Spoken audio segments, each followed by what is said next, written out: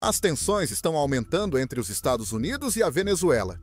Estados Unidos da América enviam mais recursos militares para perto da costa venezuelana. Seu oponente está correndo para encontrar qualquer ajuda que possa conseguir para enfrentar a ameaça dos Estados Unidos. A Rússia veio em auxílio da Venezuela.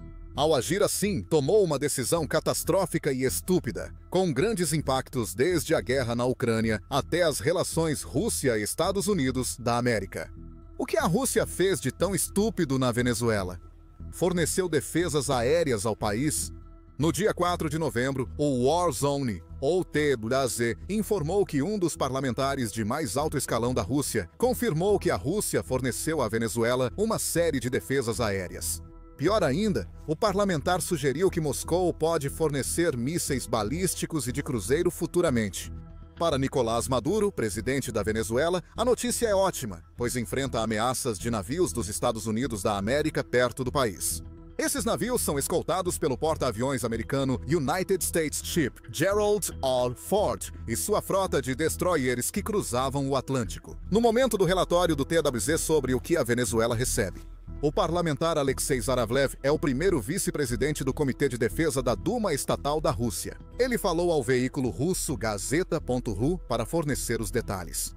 Os sistemas russos Panzer S-1 e Buk M-2Z chegaram recentemente a Caracas, em aviões Ilyushin 76, informou Zaravlev em 1º de novembro. Ele também fez uma ameaça nada sutil aos Estados Unidos da América ao sugerir que o que revelou está longe de ser tudo o que a Rússia enviou para Maduro. As informações sobre os volumes e os nomes exatos do que está sendo importado da Rússia são confidenciais. Então, os americanos podem ter algumas surpresas. Zaravlev acrescentou: "Não vejo nenhum obstáculo em fornecer a um país amigo novos desenvolvimentos como o Oreshnik, ou digamos, o comprovado míssil Calibre. Pelo menos, nenhuma obrigação internacional impede a Rússia de fazer isso. A mensagem que está sendo enviada é clara. Se os Estados Unidos da América seguirem ameaçando a Venezuela, a Rússia dará a Maduro as armas necessárias para neutralizar isso. Se essa neutralização é possível ou não, é irrelevante. O importante é que a Rússia deixou clara sua posição e expressou fortemente seu apoio de um país que os Estados Unidos da América consideram inimigo." TWZ observa que não há provas visuais para confirmar as alegações de Zaravlev sobre Pantsir S-1S enviados à Venezuela. Um avião de carga russo, Ilyushin 76, chegou a Caracas em 26 de outubro, após rota sinuosa. Segundo a Defense News, incluiu paradas em países sob influência de Putin, como Cuba e Nicarágua. O avião retornou a Moscou, passando por países como Argélia, sugerindo que pode ter recolhido carga para levar de volta à Rússia, após entregar sua carga na Venezuela. Essas entregas, se confirmadas pelo parlamentar russo, se juntariam à já variada coleção de defesas aéreas da Venezuela. Antes da intervenção russa, essas defesas eram formadas por antigos sistemas de mísseis superficiar modernizados. Agora, sistemas mais modernos parecem ter chegado. E eles têm o potencial de representar uma ameaça séria a qualquer ataque aéreo que os Estados Unidos possam estar considerando na Venezuela. E outros podem vir. Em 12 de novembro, a Newsweek informou que Rússia e Venezuela firmaram parceria estratégica em maio. A parceria só foi ratificada na Rússia no fim de outubro, sugerindo que Putin esperou até surgir uma situação em que pudesse ser vantajoso para a Rússia fornecer apoio direto à Venezuela. De qualquer forma, agora que a parceria foi ratificada, os porta-vozes do Kremlin estão aparecendo de todos os lados para sugerir que mais ajuda pode estar a caminho para os parceiros agradecidos da Rússia. Além das sugestões de Zaravlev sobre mísseis calibre Oreshnik para Maduro, a Newsweek diz que o chanceler russo, Sergei Lavrov, passou a se manifestar publicamente. A Rússia está disposta a cumprir totalmente as obrigações acordadas com nossos amigos venezuelanos, afirmou Sergei Lavrov em 11 de novembro. A Venezuela agradeceu a ajuda russa recebida até o momento. O chanceler Ivan Rio Pinto agradeceu à Rússia pela firme solidariedade na defesa da soberania em 11 de novembro. O Ministério das Relações Exteriores da Rússia disse que está pronto para responder a novos pedidos de Maduro e seus aliados em Caracas. O que vemos aqui é a Rússia mostrando sua influência. Ao apoiar a Venezuela de forma tão firme, Putin está tentando dizer aos Estados Unidos, e talvez mais diretamente ao presidente Donald Trump, que a Rússia ainda é uma ameaça. A Venezuela é essencialmente um país de fachada, uma nação que a Rússia está usando para mover armas perigosas na proximidade dos Estados Unidos. Se os mísseis Oreshnik e Caliber chegarem à Venezuela, Maduro poderá atacar os Estados Unidos em seu território. À primeira vista, parece uma jogada inteligente da Rússia. Ela pode armar um aliado potencialmente perigoso para os Estados Unidos e se isenta de responsabilidade pelo uso dessas armas fornecidas pela Rússia. Mas, como dissemos no início do vídeo, o que a Rússia fez na Venezuela está longe de ser inteligente. É muito estúpido. Como William Spaniel mostrou em vídeo de 7 de novembro sobre as ações da Rússia. Putin cometeu um erro potencialmente catastrófico por 3 motivos. A principal razão envolve o país que Putin mais tem focado desde fevereiro de 2022, a Ucrânia. Spaniel faz a pergunta óbvia: o que significa se Putin prioriza defesas aéreas venezuelanas em vez dos alvos mais vulneráveis na Rússia? Ele tem razão. Os últimos meses têm sido um verdadeiro show de horrores para a Rússia, quando se trata da escala e da eficácia dos ataques de longo alcance da Ucrânia em seu território. O ataque ucraniano às refinarias russas evidencia a eficácia dos drones e mísseis de longo alcance do país. A Energy Newsbeat listou ataques a refinarias em artigo de 11 de novembro, citando outro ataque bem-sucedido da Ucrânia. Ela diz que de agosto ao início de novembro, a Ucrânia fez pelo menos 58 ataques à infraestrutura energética russa, 29 deles em refinarias. São cerca de 17 ou 18 ataques mensais, e esse sucesso contínuo revela algo importante. As defesas aéreas russas não protegem bem as refinarias. Amplia-se o prazo para 2025. A Ucrânia fez mais de 60 ataques de drones a refinarias, segundo a mesma fonte. Atingiu metade das 38 principais refinarias russas mais de uma vez, provocando paralisações e grandes problemas internos. Até 11 de novembro, a produção de gasolina da Rússia caiu 163% e a de diesel 375%, segundo a fonte. O processamento das refinarias caiu 304% devido aos ataques frequentes da Ucrânia. A Euronews informou em 3 de novembro que ataques ucranianos afetaram até 38% da capacidade de refino da Rússia. Os drones da Ucrânia agora voam. 1.000 quilômetros antes, alcançavam apenas 500. O veículo aponta que a Rússia perdeu 50 mil barris diários de capacidade de refino, principalmente por causa de drones, que custam só $55 mil cada. Estamos te contando tudo isso porque estamos preparando algumas perguntas. O que a Rússia precisa para tornar os drones de longo alcance da Ucrânia menos eficazes? Defesas aéreas. O que ela enviou? Diz que seguirá mandando para a Venezuela. Defesas aéreas? A última jogada da Rússia é tão estúpida porque a impede de obter o que precisa para tentar conter as ameaças de longo alcance da Ucrânia. Esses drones já eram muito bem-sucedidos antes da Rússia enviar sistemas Buk e Pantsir à Venezuela. Com ainda menos sistemas de defesa aérea à sua disposição, a Rússia está tornando os alvos principais que a Ucrânia continua atingindo ainda mais vulneráveis. A situação da defesa aérea da Rússia também não vai melhorar de repente. Segundo o Ministério da Defesa da Ucrânia, a Rússia perdeu 1.242 unidades antiaéreas desde o início da invasão de Putin. Uma grande parte dos estoques se foi, ou porque as unidades foram destruídas, ou porque a Ucrânia eliminou os radares que permitem detectar alvos. Analistas destacaram que a Rússia agora possui grandes brechas em seu território, prontas para serem exploradas por drones ucranianos. O Kiev Independent publicou as opiniões de 2 especialistas em 9 de novembro. De acordo com Sasha Bruckmann, que é analista militar do Instituto Internacional de Estudos Estratégicos, a Rússia perdeu muitos sistemas de defesa aérea nos últimos 2 anos. É provável que a cobertura deles tenha brechas que possibilitam ataques bem-sucedidos. Jorge Barros, do Instituto para o Estudo da Guerra, concorda e acrescenta: uma vez que você ultrapassa essa camada inicial ao redor do teatro de operações na Ucrânia, o restante da Rússia apresenta brechas e vulnerabilidades. A Rússia parece ter concentrado a grande maioria das defesas aéreas que ainda lhe restam, aquelas que não estão já na Ucrânia ocupada, ao redor da capital Moscou. Isso faz sentido.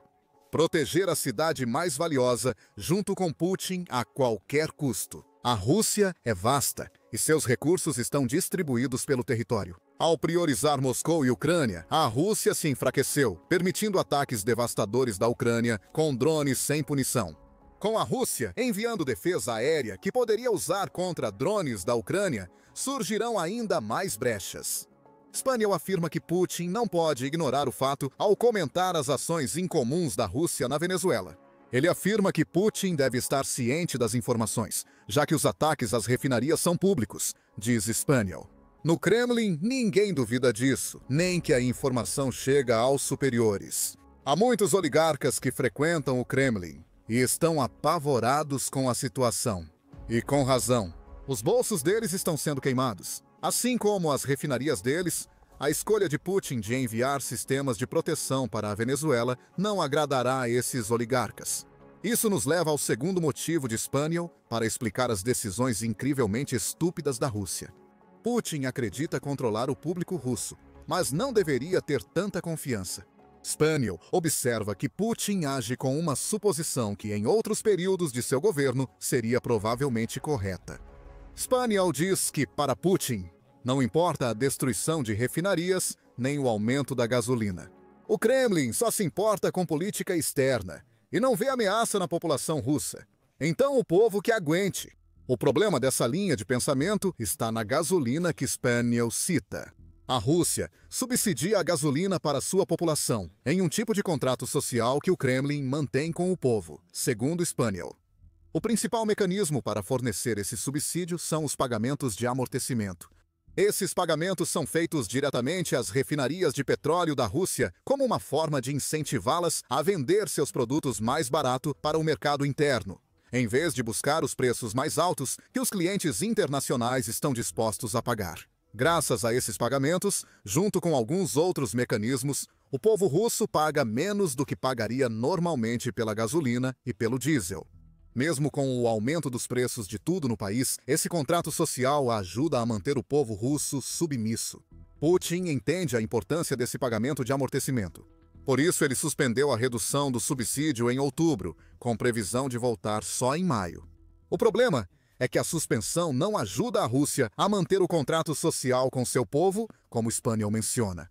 Os preços da gasolina, em particular, dispararam desde que a Ucrânia iniciou sua intensa campanha contra as refinarias e não mostram sinais de que vão voltar a cair. Ataques da Ucrânia fizeram os preços da gasolina no atacado subirem 40% a 50% desde o início de 2025. O Moscow Times noticiou em 4 de novembro a produção de refino da Rússia caiu 14% desde antes da guerra na Ucrânia, atingindo o menor nível desde 2019.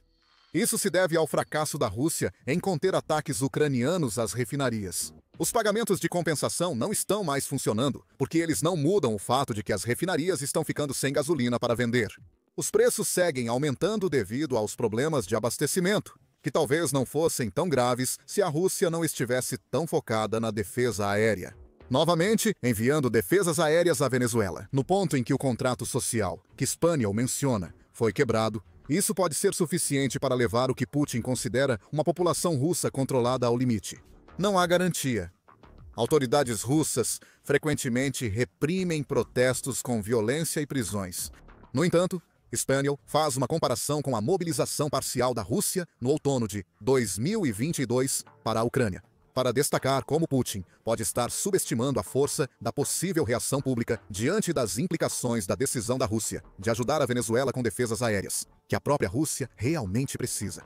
Desde 2022, não houve outra mobilização oficial. O novo Centro de Estratégia Eurasiana afirma que há mobilização de pessoas, mas o Kremlin está conseguindo essa mobilização oferecendo contratos enormes aos seus soldados. Quando faltar dinheiro, o fantasma da mobilização que irritou muitos russos em 2022 voltará à tona.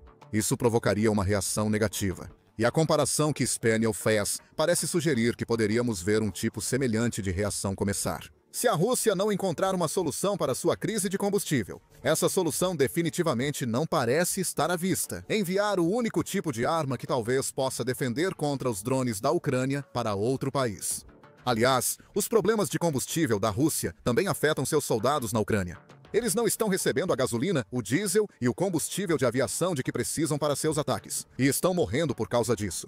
Talvez por isso alguns generais russos peçam a saída de Putin, segundo matéria de outubro do National Security Journal.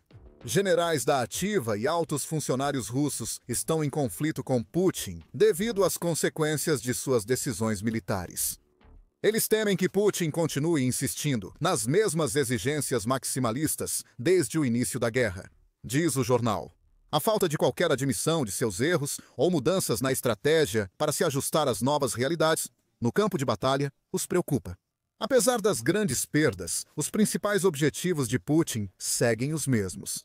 Enviar defesas aéreas tão necessárias para a Venezuela é apenas o mais recente de uma série de erros que Putin cometeu desde que invadiu a Ucrânia. Talvez uma combinação de generais irritados e de um público russo furioso com o rompimento do contrato social possa ser a recompensa que o Kremlin colha por sua decisão.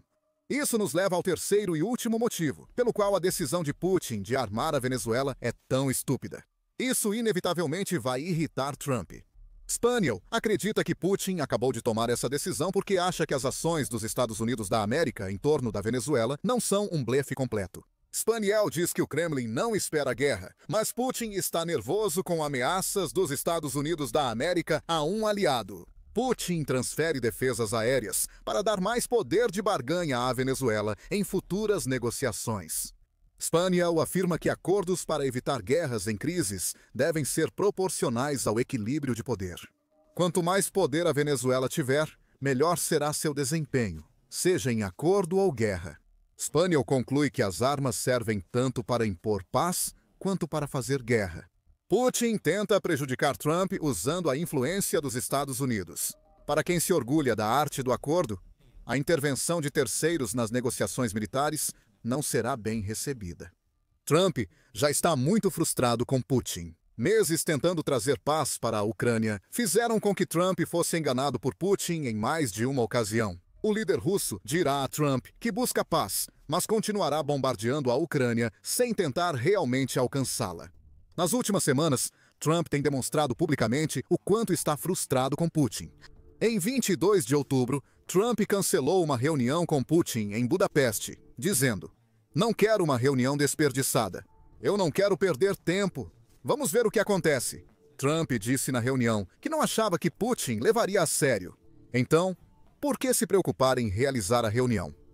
Essa demonstração externa de frustração sinalizou uma atitude que Trump já vinha ameaçando há meses. Apenas um dia após o cancelamento da reunião em Budapeste, o político informou que Trump havia implementado novas sanções que tinham como alvo duas das principais empresas petrolíferas da Rússia, a Rosneft e a Lukoil.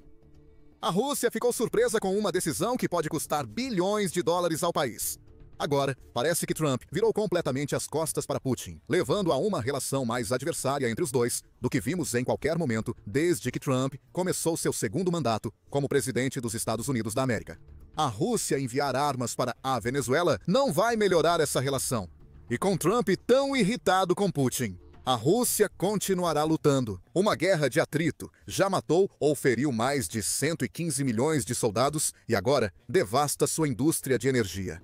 Afinal, Trump não vai se submeter às exigências maximalistas de Putin por paz, quando a Rússia está ativamente ajudando um país que os Estados Unidos da América designaram como inimigo. Putin precisa de Trump para alcançar seus objetivos na Ucrânia, sem que a Rússia pague um preço ainda maior em sangue. Mandar armas para Maduro agora é tolice. Isso só afastou ainda mais Trump de Putin. Essas sanções que acabamos de mencionar já estão causando grandes problemas para a Rússia, enquanto Putin toma decisões estúpidas sobre a Venezuela. Ele sofreu um golpe duplo que ameaça as refinarias de petróleo que a Rússia tenta proteger. Um golpe envolve a defesa aérea da Rússia. O outro, a reação da China às sanções de Trump. Veja no vídeo quais são esses dois golpes. Inscreva-se no The Military Show para saber mais sobre as decisões de política externa de Putin. Obrigado por assistir.